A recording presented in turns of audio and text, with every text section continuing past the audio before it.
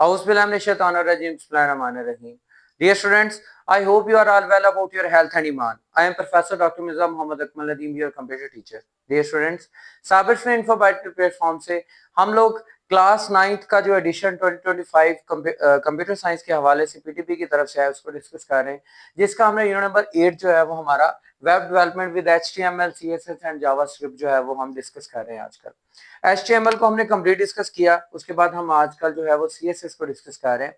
But HTML के अंदर हमने फ्रंट एंड जो है वो उसकी कंप्लीट डिजाइनिंग सीखी और CSS के अंदर हम लोग स्टाइल शीट जो है इसकी चेंज करें, क्योंकि CSS mean the cascading style.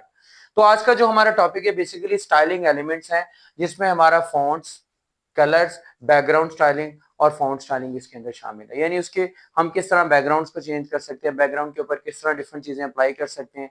अगर फॉन्ट्स की बात करें तो फॉन्ट्स के ऊपर क्या क्या डिफरेंस जो है वो हम लोग उसके कलर चेंज करना, उसको बोल्ड, इटैलिक, अंडरलाइन करना, क्या हम कैसे और किस तरह की इन कोड्स के थ्रू कर सकते हैं।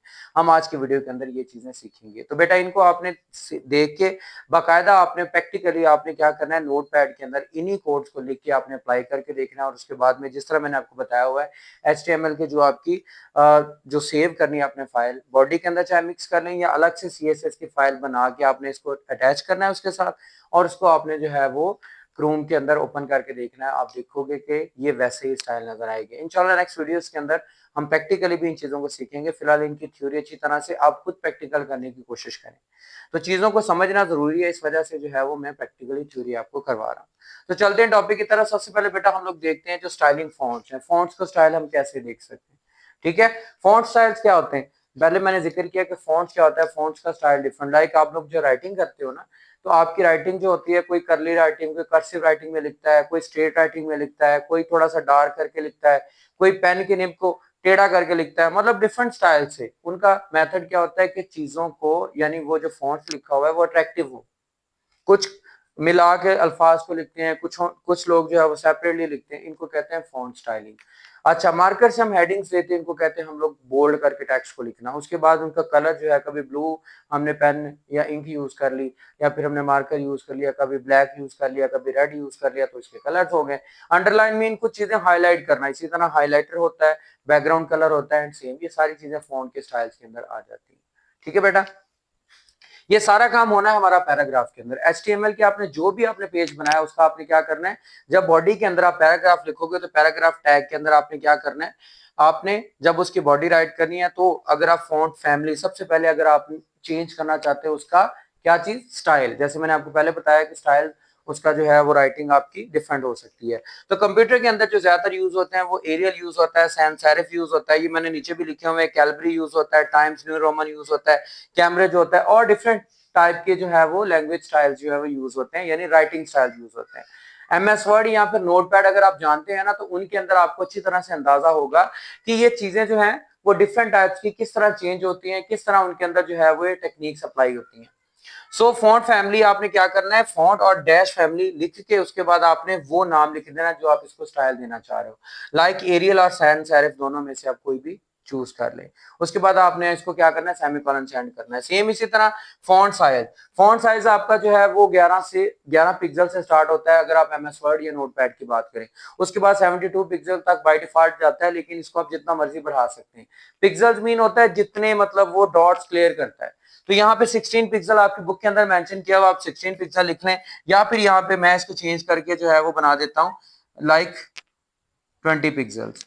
ठीक है, तो ये इसका क्या हो जाएगा, font size that is 20 pixel, वो 20 पिक्सल का मोटा जो है वो नजर आएगा। फॉन्ट वेट मीन कितना, जस्ट लाइक मैंने पहले मार्कर की एग्जांपल दी, मोटा कितना वो लिखा जाएगा, दैट्स आपने font weight is equal to bold लिख दिया तो वो आपका वेटेड हो जाएगा।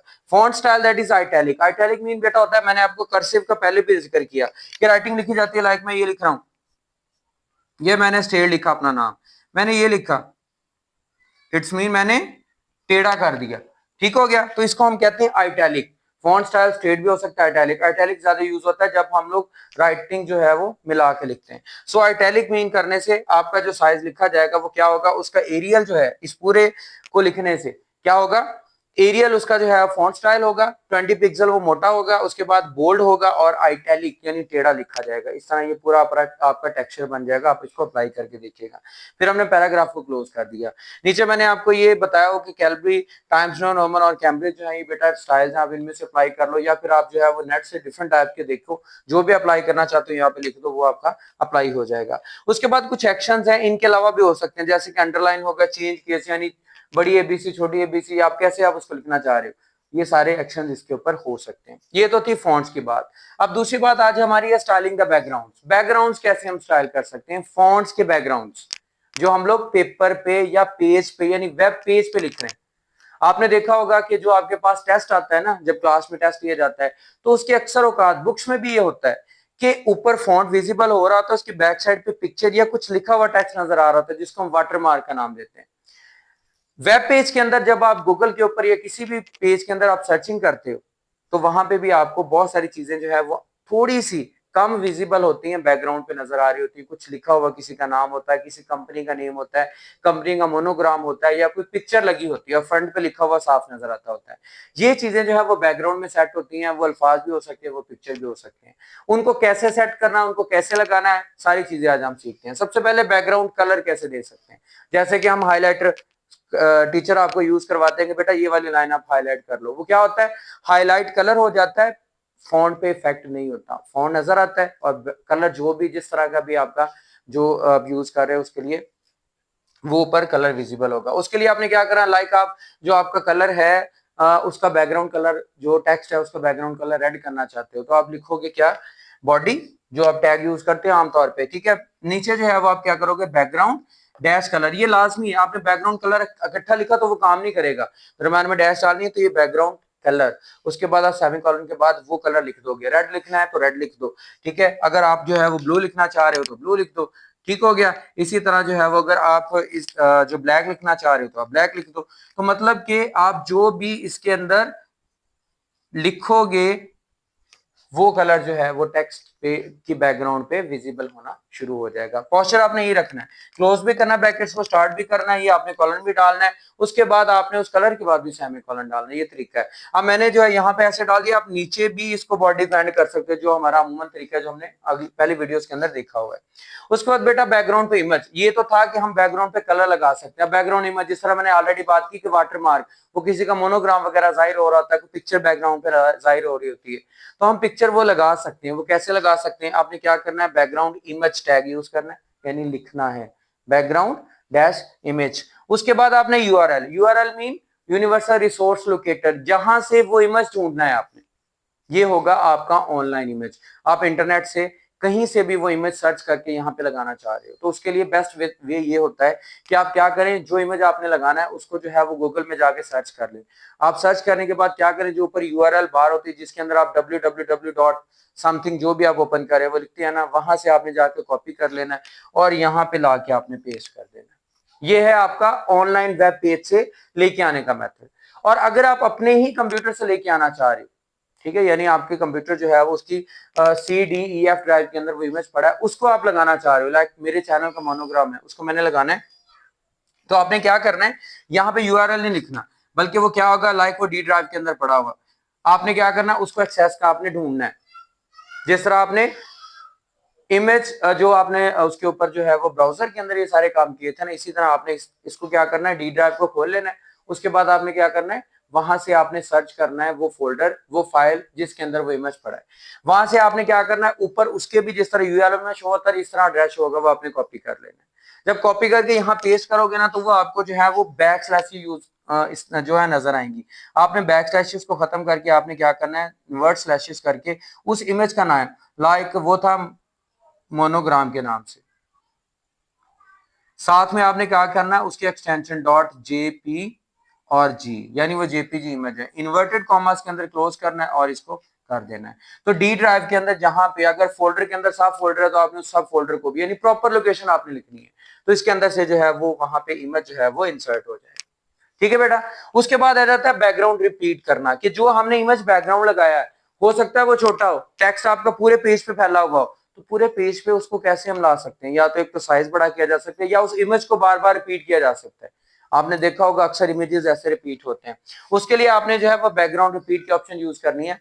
क्या करना है आपने, बैकग्राउंड इमेज, उसके बाद सेम एज वही मेथड, या तो यूआरएल से वो जाके आप इमेज को कॉपी करें, उसकी यानी लोकेशन जो उसका एड्रेस है, या फिर आप इसी तरह ड्राइव के अंदर जाएं, फोल्डर खोलें, सब फोल्डर खोलें, जो फाइल वहां पे पड़ी उसका एड्रेस कॉपी करें, यहाँ पे पेस्ट कर दें। उसके बाद आपने यहाँ पे रिपीट का वर्ड इस्तेमाल करना है। रिपीट क्या करेगा, उसको बार बार एक दफा पे दूसरी दफा तीसरी दफा चौथी दफा लिखेगा, and then repeat number of times. वो पूरे पेज के ऊपर रिपीट होगा बार बार, हर पूरे के पूरे लिखे हुए के बैक साइड पे आ जाएगा। उसके बाद बेटा बैकग्राउंड पोजीशन आ जाती है। पोजीशन क्या होती है, आपने अलाइनमेंट्स पढ़ी होंगी एमएस वर्ड को, अगर आप जानते हो नोटपैड को, उसमें अलाइनमेंट्स क्या होती हैं, या तो सेंटर में चीज होती है, या लेफ्ट पे होती है, या राइट पे होती है। ठीक है, पेज के ऊपर आपने जब लिखा हुआ देखा होगा ना, आपका जो भी जो बुक रीड कर रहे होंगे उसके अंदर, तो टेक्स्ट को आपने जहां पे अरेंज करना है वो हम इसके अंदर डिस्कस करते हैं। ठीक है, लाइक बैकग्राउंड पोजीशन है, बैकग्राउंड इमेज, यही आप यूज करोगे इसके अंदर। देन यूआरएल, वैसे ही उस इमेज का जो है वो आप एड्रेस यहाँ पे कॉपी कर दोगे, पेस्ट कर दोगे, एंड देन उसके बाद आपने बैकग्राउंड पोजीशन का वर्ड यूज करना है, क्योंकि हम बैकग्राउंड की पोजीशन सेट कर रहे हैं। वो अगर आपने सेंटर करनी है तो यहाँ पे सेंटर लिखोगे, अगर आपने लेफ्ट पे रखनी है तो लेफ्ट लिखोगे, राइट पे करनी है तो राइट, जस्टिफाइड करनी है तो जस्टिफाइड करोगे। ये एक्चुअली अलाइनमेंट्स ही होती हैं कि हम उस इमेज को कहां पे रखना चाह रहे हैं। ठीक है बेटा, यहाँ पे मैंने सेंटर शो करवाया तो ये सेंटर में शो होगा। लास्ट पे बेटा हमारे पास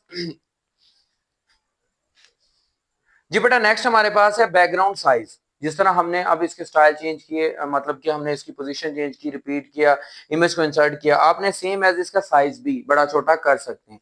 कैसे, आपने बैकग्राउंड इमेज और उसके यूआरएल जो उसका एड्रेस है जेपीजी के साथ वो आपने इंसर्ट करना है। उसके बाद आपने बैकग्राउंड साइज का यहाँ पे जो है वर्ड लिखना है, मतलब कि ये बैकग्राउंड साइज को इंडिकेट करेगा। एंड देन आपने यहाँ पे ये कवर लिखा हुआ, कवर का मतलब कि पूरे पेज को वो कवर कर ले।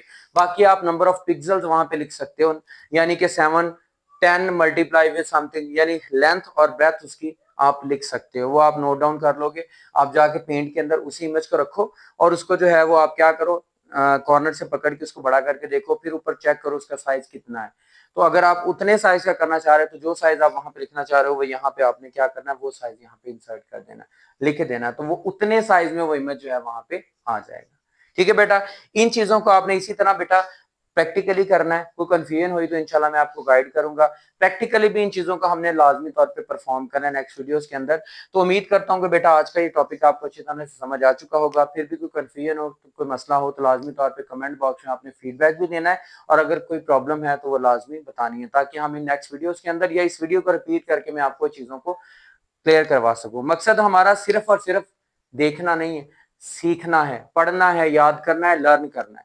ठीक है, क्योंकि बेटा ये आपके लिए इतना ही इंपॉर्टेंट है, जिस तरह ये कह लें कि आप अलिफ बे सीख रहे हैं आज, और आपने इंशाल्लाह जो है वो जी तक पहुंचना है या फिर ये तक पहुंचना है। एट द एंड यही चीज है कि इस इल्म को इतना फैलाओ कि आपके इल्म में भी अल्लाह ताला उतना ही ज्यादा इजाफा फरमाए।